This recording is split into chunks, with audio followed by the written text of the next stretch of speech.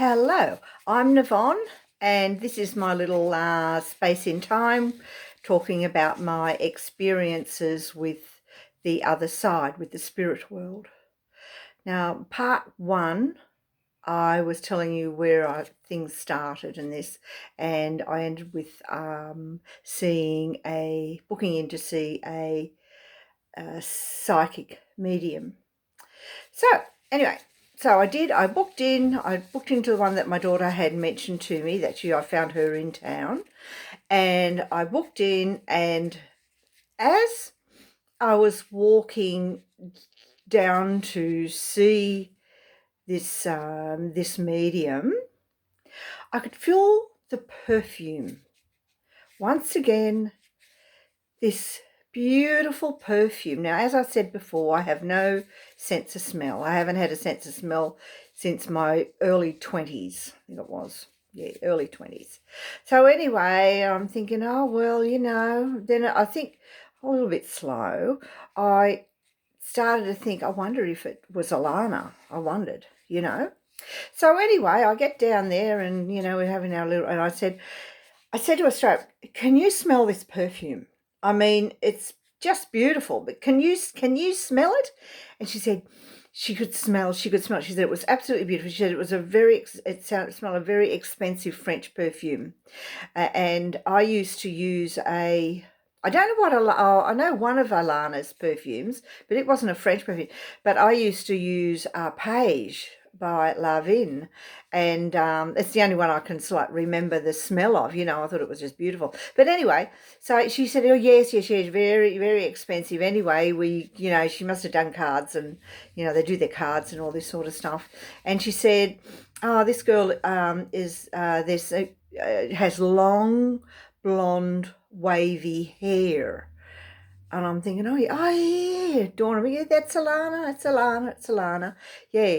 Anyway, she came through and she said straight away, she died instantly. She died instantly. I know at the hospital they kept her on life support for 2 to 3 days, but Alana said she died instantly. So, and I've heard when people are taken like that, they don't feel the pain. The pain, it's taken just before it all happens, so that's something to think about if you think, oh God, what's going to happen to me? But anyway, so that's that. And just another little bit of a sideline would be 20 years after Alana's death. Would have been 20 years after Alana's death. My dad was in hospital, was very ill with kidney failure. And there was a man in the bed next to him, and they got talking or whatever, as they do. And he had received a kidney. I think it was a kidney. I don't know. I mean, Mum and Dad donated Alana's organs. I don't know if I already said that, but they donated her organs. So anyway, this man had said that he received an organ, and it was on the exact day in the hospital that Alana died.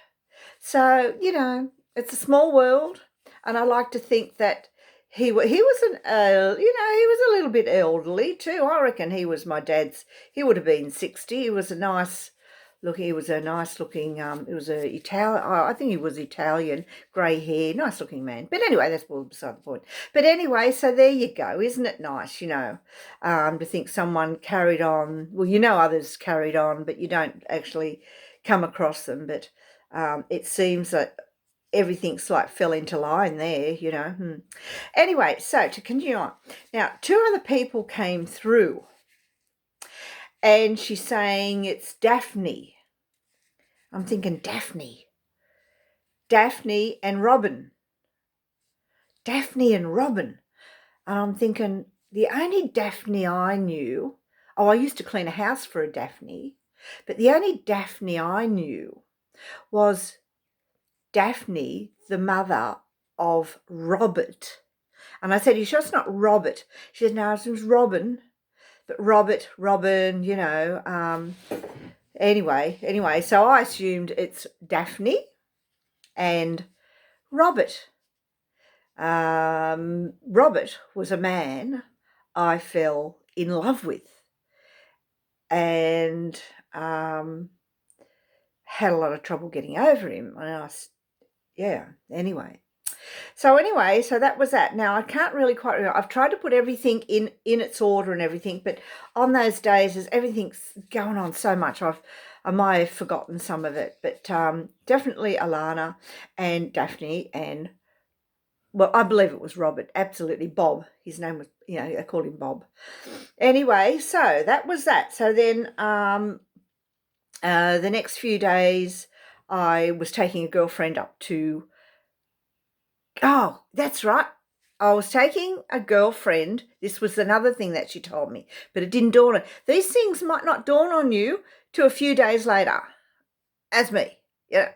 Okay, I was taking a girlfriend up to Curry Curry. Okay, and we're driving up to Curry Curry, and I made the wrong turn into West Wallsend. Anyway, I didn't think any, but you get to there and you it's like a big, you just drive in, drive out, that sort of thing. So I continued up to Curry Curry. Anyway, that was the other thing she said. This lady was with you. And I'm thinking, who's this lady that was with me when I was driving to Curry Curry? Now, I couldn't think who the heck it was.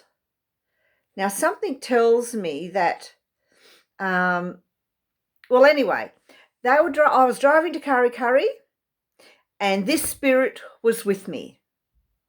Now, I believe the spirit was my grandmother on my mother's side, Nan Bullis. Now, I just can't, I'm sorry, but I just can't think why I thought that. It might have been that she said, okay, here's another thing. She said, this lady is sitting with a teapot with a green and white striped cover over it. And I'm thinking, and I think, Nan Bullis. She sat and drank tea. Yeah. So I put it down to, that was Nan Bullis. There you go. Because I was thinking it's somebody who I know who lives up there or a relo or something, but it wasn't that. It was Nan Bullis was in the car with us driving to Curry, and I took the wrong turn, and that's how it all came about. So when something happens, or if you've been told something, you just got to think, boom, a light comes on. Okay, now, we took the wrong turn. I'm just looking down at my notes here. Now, also, there was another lady there who was sitting and she was tapping the table with her walking stick. And straight away, I knew Nan Newell. She had one leg shorter than the other, and she always walked with a walking stick. The funny thing is, over the years, I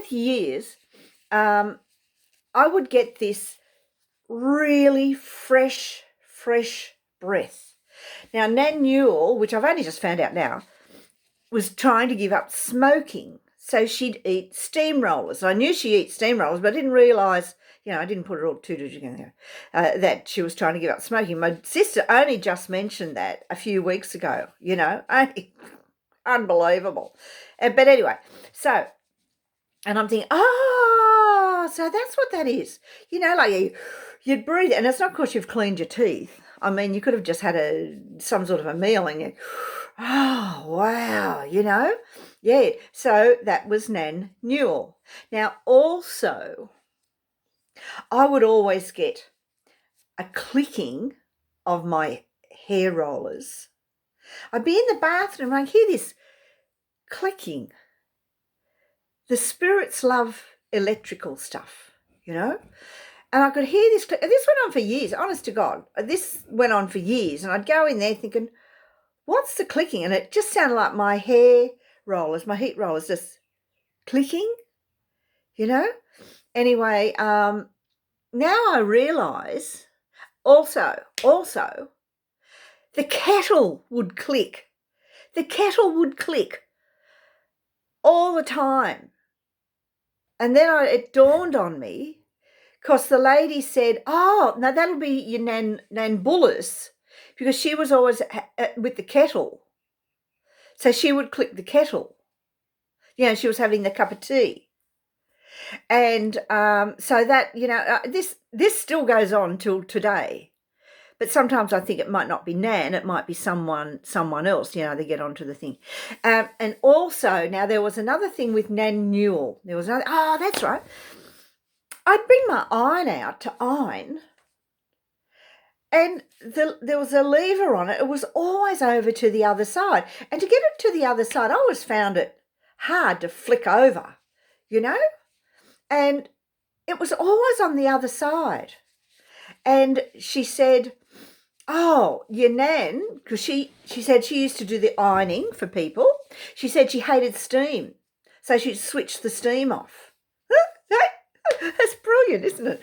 I just love it. I just love it. So they're around you, and they're there to keep you for company, and they know that they're around and they're watching. They know everything that you say, what you think, everything, and what you do, you know.